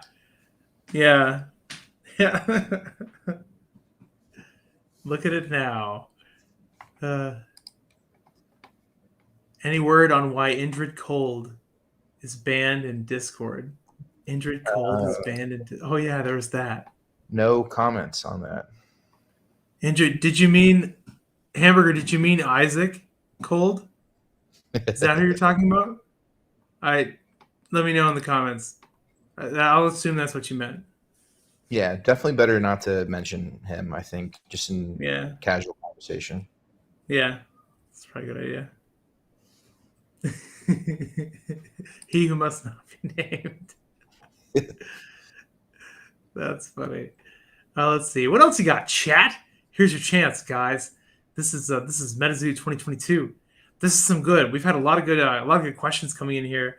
I love how when we have so many people watching, we have about 200 people live and then about 700 people falling behind. So that's a great volume of people. Anyone who's live and caught up can contribute to this. And you guys always think about all kinds of questions that I miss out on. Official MetaZoo costumes. Oh man. Yeah, so we found the biggest MetaZoo, or sorry, the biggest, well, they will be, but the biggest costume maker in the US, and we're talking to them. Zeke, are we both going to Roswell? Man, I wanted to, Zeke. I got quite a few messages encouraging me to go, but this is a really, especially with the UFO release, and I'm trying to get everything shipped out and everything done, and then I have to like make it up to my family a little bit because I just disappear for days, so I regretfully will miss Roswell, but keep an eye out Yeah, around you weren't Seance. invited. You weren't invited. Come on, you can just tell them. It's okay. All right, fine, guys. Look, I try to sound bigger than I am. It's Yeah. true. Yeah. They wouldn't let me. They wouldn't let me in. It's all fake. Fake news. Next time. Seance. So for Seance, I want to do a release party, have it be like a big haunted house, like haunted mansion kind of thing. Maybe it's like black tie. We'll see. Oh my god, perfect. October, right? I mean, that'd be perfect. Are you thinking? You thinking like Denver? Denver? Are we able to? Isn't that around Seance? That's one of the events, or is it? Would you do it somewhere else? Denver's so haunted. No, it's just one of the Collecticons coming up on Seance. Oh, I didn't know. Collecticon is spreading so fast; it's crazy. No, we'll see. Kind of like with Roswell, where on a whim, I had Ted call, the municipal government there, and I was like, and talk to them, and he was like, yeah, they said it'd be a great idea, and then like I immediately posted on Discord. I'm sure I'm going to do something that I'll find like a haunted house or haunted mansion, and I'll call them or have Ted call them, and then immediately make a flash decision to throw a rager there. We'll see. That's perfect. Awesome. Yeah, Ted loves me when I do that. Ted's like, oh yeah, that like this whole thing, like in a few weeks, he got it. Yeah, no problem. Yeah. I'll get right on that. Not like I have anything else going on. Ted's such a hard worker. That guy is working so hard. Yeah, all of them are. But Ted like boots on the ground, like the work that he does is incredible. MetaZoo would not be what it is without Ted and his hustle and bustle at these conventions. Yeah, for sure. Gary's in chat with us. Any autism classroom promos? Yeah, hey, Gary, thanks for joining us. We're actually doing something. You have to figure it out, but yeah, we're going to be doing something with Autism Instruct that is a classroom type promo. Seance at I'm going to steal that. I'm going to steal it. All right, sold. Loveland Castle. Argos, delete that comment so that delete it. All right, it's deleted. Okay. Troy Kruger. No offense, Troy. Thank you for your contribution. Someone said Ted needs a raise. I'm like, Ted's exceptionally well paid. So Supernatural crossover, man. If Supernatural was still like a thing, I would definitely be reaching out to them. But I think we just missed them. We missed them by like 3 years, 2 years.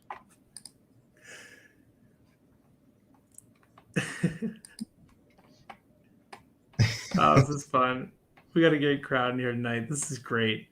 I love you guys. It's fun. I'm going to Loveland Castle this weekend. Really? Please tell me this is true. Nick, good luck, man. But what if it's frog? What if you're being frog fished by the frogman? It's a trick, Nick. It's a trap. It's a trap, Nick. You got to kiss the Loveland frogman, like so. Just be ready for that, right? That's a good point. Yep. If it looks like if it looks like it's questionable, you're probably doing the right thing. You just got to push through, and everything will work out. Yes, sir. All right, so let's do a few more questions, and I have to go and I guess work. Jeez. Okay.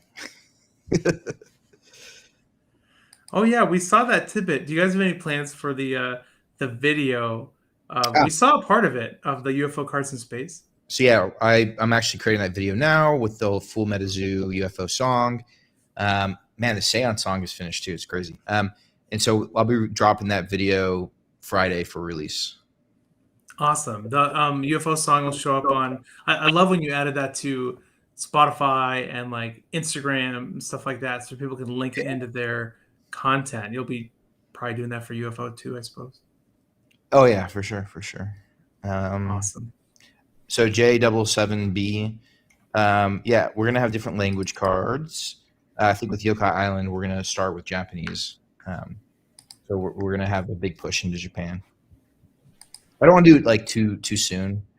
I think that I don't think that we're ready for it, honestly. But, we need to focus on building the U.S., Canada, Australia, New Zealand, before I start asking, before I start releasing stuff in German, or Italian or something like that. I think that will come at the right time in our development. What else? Purple booster box for Seance. Yeah, so I'm thinking like it'll have like black tentacles coming up from the bottom, or like deep purple, and then like more of like a pink background kind of thing. So cool. Like I want to be able to, if you think about the lineup of booster boxes, I want it to be, when you look at each block, I want them to be sufficiently different enough that you can use that lineup almost as like a map, right? Like, oh yeah, that's clearly the Seance box, or hey, that's clearly the UFO box because it looks like a chrome UFO, right? I think we can do that for a long, long time, at least easily through Grimm's Kingdom is my plan. I have like the color palette already figured out. I think that some of the more modern TCGs that have been around for a while have gotten to the point where you can't really, from a lineup, select one booster box from another, and I think that's like an aesthetic tragedy. I like that a lot. I noticed that in some of the older MTG products, like if you look at booster boxes for like Lorwyn or Mirrodin, some of these older things, they put a lot of effort into the box art, and the box art itself was awesome to have on the shelf. And then for quite a while now, they kind of just like started putting the title on the box, Yeah, and it would be just like a pink box that says Ikoria. not to speak disparagingly about any of these. No, I love it. I love the game. I'm a huge fan of it. But I just mean like I think that I love that you're doing that. Yeah, and I think that we benefit from the fact that it's so early in our history that we can do that. We just have to follow through, and I think it could be a generational thing too, where it's like that could have been the plan, right? If you look at early Magic, right, you had the brown, and you had the purple, and so on and so forth. Then people retire, people die, right? People move on, and then all of a sudden, that color scheme that people had planned on doing, maybe it like institutional knowledge is sometimes shaky, right? Like when we work with Topps, right? Like I refer to things that Topps does or did with Pokemon or Neopets or whatever, like 20 years ago, and they're like, yeah, no one on this call was like out of high school when that happened. There's no, so it's like, but then of course, like some other geek on the call will be like, oh yeah, I remember that. Like, I know what you're talking about. So it's like institutional knowledge is kind of like, there's this ebb and flow that if you're around for more than a few years, like people forget things, and plans. Oh yeah, for sure. Plans go awry because there's no one really keeping them in check. Especially when you have a larger corporate system too, you sometimes have these leadership roles that cycle through every like 5-6 years. Yep. Sometimes, and then you cycle a few of the different people, and you can really change a system without anyone in line to keep it in check. Mm-hmm. That's a good point. People like the booster boxes. We're getting good feedback in that. MetaZoo booster box is the gold standard. Yeah, I like them too.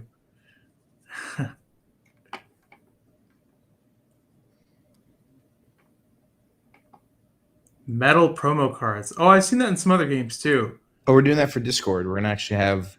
I want them to be real gold. I want them to be real silver. I want them to be real copper, and I want them to be for people who contribute in the Discord.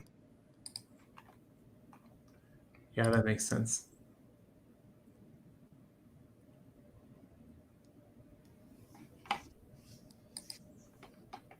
What else you got, chat? We've only got them for a few more minutes. Now's your chance. MetaZoo times Mountain Dew. They keep us awake for those long Casters Cup tournaments. GameStop and 7-Eleven. Hey, Barnes and Noble. Yeah. That was wholesome. I love seeing that. That was really a cool addition. I mean, Walmart's cool, fine. Target's cool because my wife goes to Target all the time, and so it's nice to have like a go-to at Target also. But Barnes and Noble, is that because Barnes and Noble I know does sell some toys? They have like a successful little toy area in Barnes and Noble, but does that have anything to do with the book as well? Like since you have to kind of have an outlet for the book anyway? Yes. But I'm going to say something that's shocking to you. Barnes and Noble also wants to create playing spaces. They actually want to compete with the local game store and run events What? as big You box. know, people on social media have been talking about how it's funny that Target has not done that. That some of these big boxes They've been haven't saying done that that for years, right? Like, for years, and no one ever does. Wow, am I that's gonna actually kind of it's funny yeah. because I like Barnes and Noble because they have like you'll get like your latte, and like it's kind of a cozy environment. Like It makes that's sense. Yeah. It makes sense. I'm way more okay with Barnes and Noble than Target. That's I mean Target's fine, but I mean it's for like an event venue. That's cozy. Huh. Yeah, it makes Interesting. a lot of sense. Especially when you combine it with the cafe and all that good stuff. So Yeah. Cool. Wow, that's interesting. 7-Eleven exclusive still coming. Yeah. So we're working on securing GameStop and 7-Eleven. 7-Eleven is hard because like they're keen but it's like, okay, they don't have a lot of shelf space, right? So if you think about it, it's not like, when Pokemon releases stuff, it's like it's one small box filled with blisters, right? And that's kind of what they do. And it's like, so anyways, working on it. This stuff takes time. Like again, we're coming up on our 1 year anniversary from our first set release, and like look what we've done. So You've um, only announced we've only had like 18 announcements in the last 48 hours. yeah, It's hard to sometimes remember. We're all so excited about things and there's so much stuff in the pipeline. It is hard to remember sometimes how stuff does take time. well, because we're living in like an accelerated history for MetaZoo, right? It's like, wow, it's only been a year since Crypto Nation base set release. Like that's nuts. It doesn't feel like that, and it's like, yeah, it doesn't feel like that because as a community, we've grown so much, right? Like, think about where we'll be in a year, and think about where we were a year ago, and like, it's. I think the landscape will be completely different. Like, the book will be out, the show and the video game will like.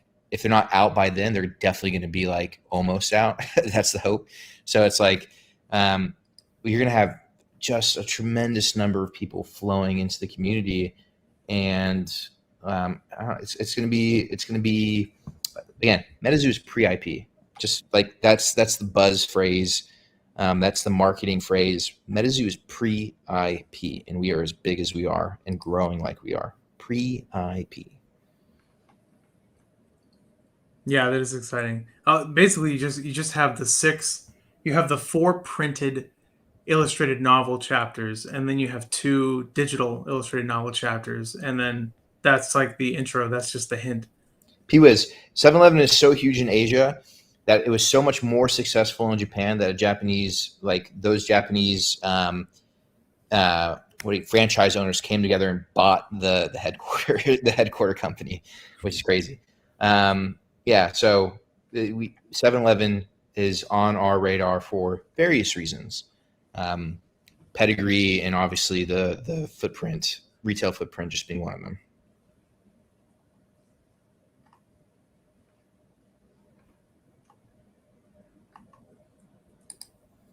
Fifth Planet. I believe instead of having Chapter 7 show up on the, correct me if I'm wrong, Mr. Mark Waddell, but instead of having Chapter 7 show up on the site, they've been working on the entire book, and I believe plan to release it as a complete Cryptonation novel. Correct. Yep.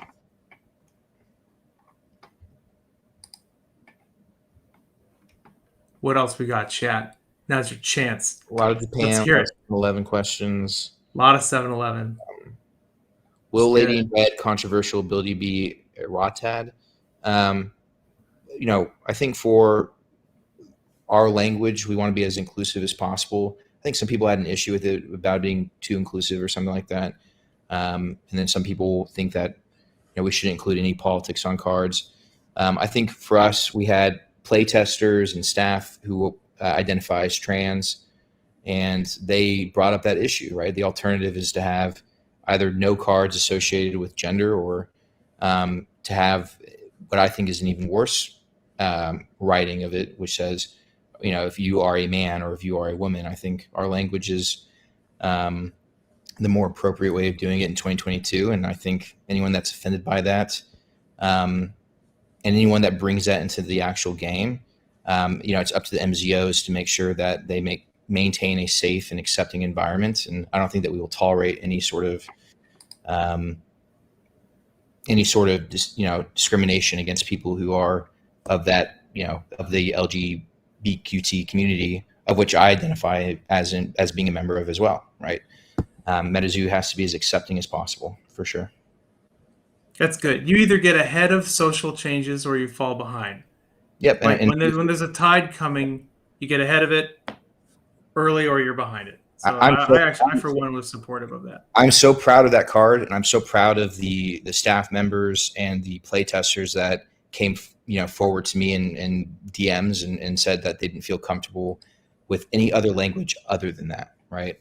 And I think that took a lot of bravery, and I think that card will be the first card where we use language like that pretty commonly, because I can't imagine a world where that language is that language is the proper language. Do you identify as a male, not are you male? Arbiter, thank you for coming and helping teach people at my event today. Arbiter is still probably driving back, which means I'm sure he's just not watching this at all, and he's got someone else driving, or he is dictating his comments, because I'm sure he's being very, very safe. It's serialized cards went to space. What? Secret rare? Secret rare? What? Space rares? Star rares? What? Golden tickets and UFO. Oh, yeah. Oh, people like those golden tickets. That was fun. I haven't heard about golden tickets and UFO, but I don't know anything. Yeah. I'm here for the ride. I haven't opened enough yet. We'll have to see, guys. Mike likes to let the community figure it out for themselves. If you've noticed how Nightfall went and how Wilderness went, you'll know that the secrets in UFO are there for the community to uncover and categorize. It gives us all something to do. Hey, Arbiter made it home. Awesome. Arbiter he drives all over the place. Huge shout out to Arbiter. He drives to Iowa and places in Wisconsin, over here to Minnesota, and the guy just shows up and just teaches people how to play.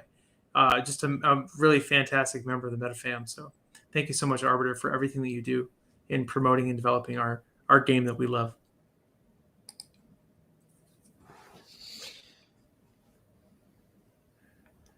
Let's see. We have more Aoki. Yeah, you said there's more Aoki sets probably coming in the future. I think even Aoki said he's looking forward to more Aoki sets in the future. Yep. Man, can you imagine in 2022 having an issue with inclusive language? Like, come on. Sorry, I'm just I know. Comments.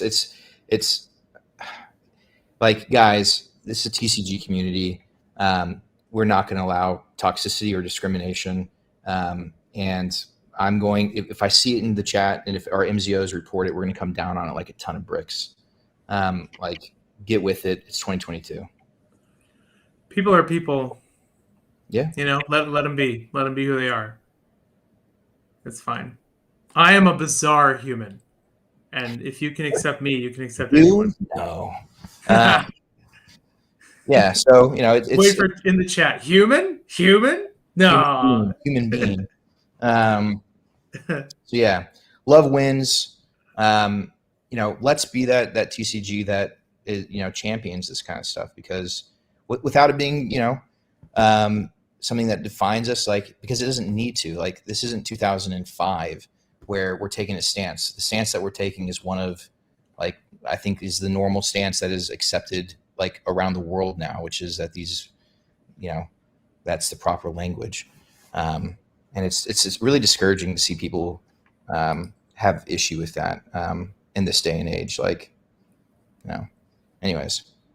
Yeah, language evolves all the time. Even people who study language will show, like, there's such an evolution on everything from cuss words to gender words to just everything will change with generations, and always, time after time after time again, you either evolve and you're at the forefront, or you fall behind and everyone else moves past you. And this is just another example of that, in my opinion.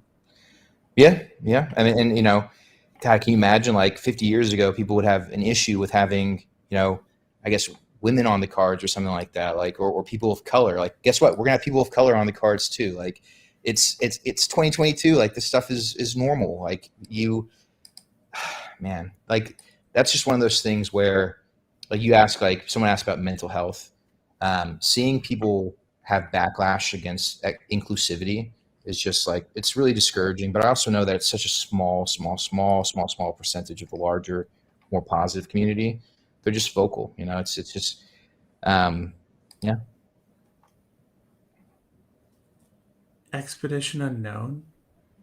Is that a show? Yeah. Oh yeah, you do. Oh my gosh, dude, you absolutely look like the Expedition Unknown guy. Really? I Yeah. gotta look this up. Don't let your wife watch it. He's much cooler than you. He probably is. Yeah. She probably already does watch it. She watches it whenever I'm not home. No. I go to conventions and she, like, binge watches Watching it right Expedition now. Unknown. She's putting it on mute. It's her guilty pleasure, I think. Hey guys, thank you for all the fantastic people in chat. Anyone who's not being super fantastic in chat, it takes me like 1 second to hide your comments from the channel. So please talk about the argument in a respectful way. Don't trash the people. Discuss the topic, not the people, and you'll do fine.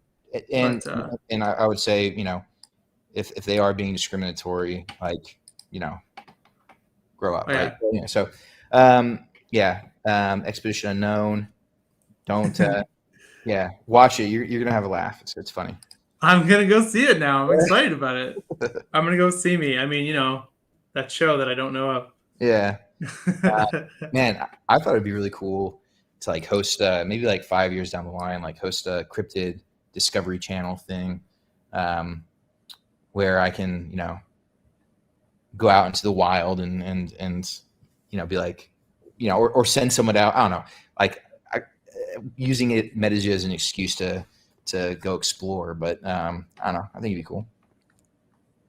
That's fun. That's awesome. Awesome, dudes. Well, should we give people like a last chance to fire out any like last minute things? Mike has given us quite a bit of his time. Thank you so much, Mike, for joining us for this. No, it's a pretty long live stream. I have interviews every day for the next 2 weeks, just giving people an opportunity to learn more about MetaZoo, learn more about UFO, and kind of the future plans. Awesome. Prozac says, "I love this community. That is all." Geocache promo. Oh yeah, geocaching. Geocaching is something that my wife and I do every now and then. We take our kids out, and there's like hidden locations. For those of you who don't know what geocaching is, you get like GPS coordinates, and you go to a certain place and you look for certain clues, and then when you find the clue, it contains like the next location. Basically, you go there and you find the next thing, and that is a cool way to interact with the real world and use some technology to do it. So you go on this like expedition and you find this like item that's unknown, and and it leads you to the next and leads you to the next. Yeah. No, so what we're doing is we actually have we're setting up for August or September. I forgot what it is. We're going to be doing the treasure hunts, right? So we have 1-of-1 cards that will be hiding and writing riddles about and all that kind of stuff in the real world around, like, they'll be around where the cryptids are actually from, right? So it's been a long time coming, but I think we're well suited to do it now. It's kind of like we could do it in the spring, but there was like a 1 month window when we wanted to do it, and then that passed. Now it's like too hot to do it, so we have to wait until it cools down a little bit. So it's like timing is important.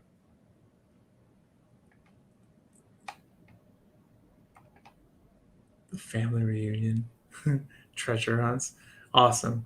Well, so everyone, if you have questions left for Mr. Mark Waddell, he will apparently be all over social media in a variety of interviews and other things later this week. So thanks again so much, Mike, for giving us your time. Thanks everybody in chat for showing up. MetaZoo community is the best community. We appreciate you guys very much. Isn't it though? Like, isn't it just amazing? Like, yeah.